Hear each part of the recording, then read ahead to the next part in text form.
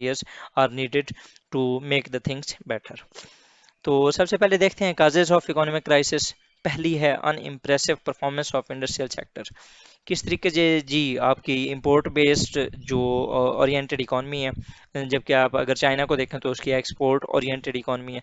मतलब कि जितनी आप ज़्यादा एक्सपोर्ट्स बनते करते हैं उससे आपका ज़्यादा रेवेन्यू जनरेट होता है।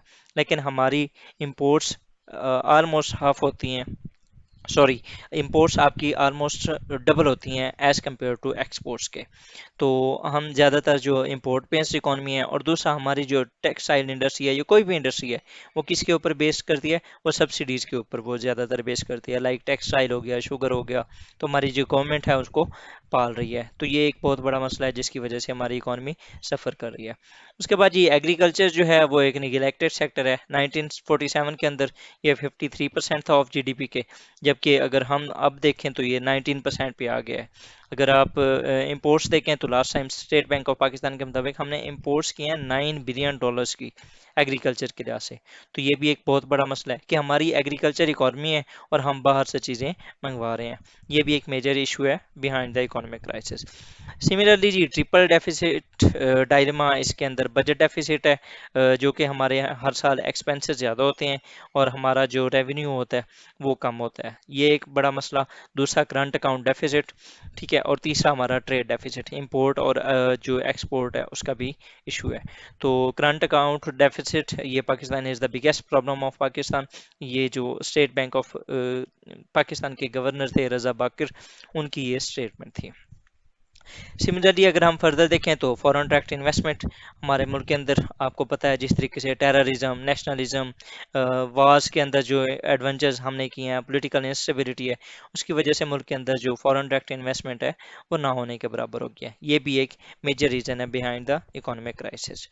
सिमिलरली फर्दर अगर हम देखें तो इनफॉर्मल इकॉनमी, हमारे मुल्क के अंदर ज़्यादातर काम कैश से होता है। तो वो एक जो डिजिटाइजेशन वाला सिस्टम है वो बिल्कुल कम है। मतलब कि अगर आप देखें तो 3.3 मिलियन सब स्मॉल एंड मीडियम इंडस्ट्रीज हैं जो कि 30% ऑफ जीडीपी है, ठीक है। और उनमें से 90% of these SMEs are unregistered. आप यहाँ पर देख रहे हैं कि 90% जो आपकी एसएमईज हैं वो अनरजिस्टर्ड है। इससे आप मुल्क के अंदर इनफॉर्मल इकोनॉमी का सिस्टम देख सकते हैं। उसके बाद ये हमारा जो टैक्सेशन है वो बहुत कम है। मतलब कि हमने वो इनडायरेक्ट टैक्सेशन के ज़रिए हम काम करते हैं, जो डायरेक्ट टैक्सेशन है वो हमारी बहुत कम है, जो कि एक बहुत ही मेजर ब्लो है टुवर्ड्स द इकोनॉमी। तो हमारी इकोनॉमी इस वजह से ही बेहतर नहीं हो रही क्योंकि हमने अपने टैक्सेशन के ऊपर कभी काम नहीं किया। अब ये टैरो नैरो बेस क्यों है टैक्सेशन की, तो उसके अंदर टैक्स इवेजन आ जाती है, सब्सिडीज़ हैं, फेवर्स हैं, पार्लियामेंट्री इंटरवेंशंस हैं, करप्शन है, उसके अलावा कम्प्लेक्स टैक्सेशन सिस्टम है। ये सारे मसाइल हैं जिनकी वजह से हमारी जो टैक्सेशन है वो बहुत कम है।